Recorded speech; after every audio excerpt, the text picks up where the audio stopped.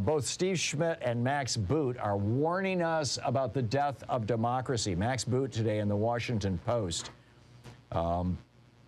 He says CNN was asked if it's likely that in the next few years some elected officials will successfully overturn the results of an election.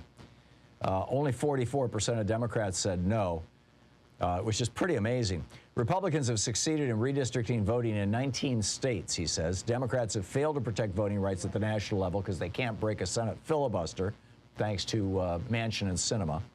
Meanwhile, at least 23 supporters of the big lie are running for Secretary of State post to oversee elections in 19 states. Other election deniers are joining election boards.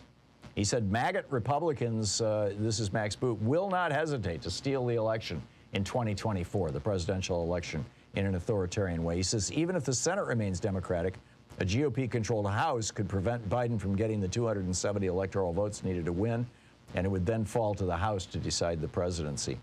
The only way, now Max Boot is a lifelong Republican and an outspoken conservative columnist, big fan of the Iraq War, big fan of George W. Bush. He says, he writes in the Washington Post today, the only way to save democracy is to vote for Democrats in the fall. And I say that as an ex-Republican. He said, like so many Ukrainians before February 24th, most Americans remain in denial about the threat to our country. It's true.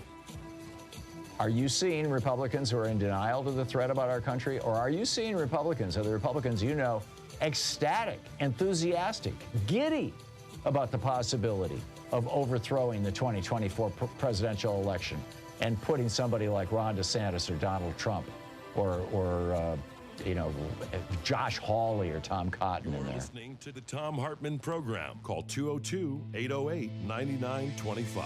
Rick Scott, Ted Cruz. There's no shortage of wannabe fascist strongman presidents over on the Republican side. Do you think your Republican friends realize what's going on?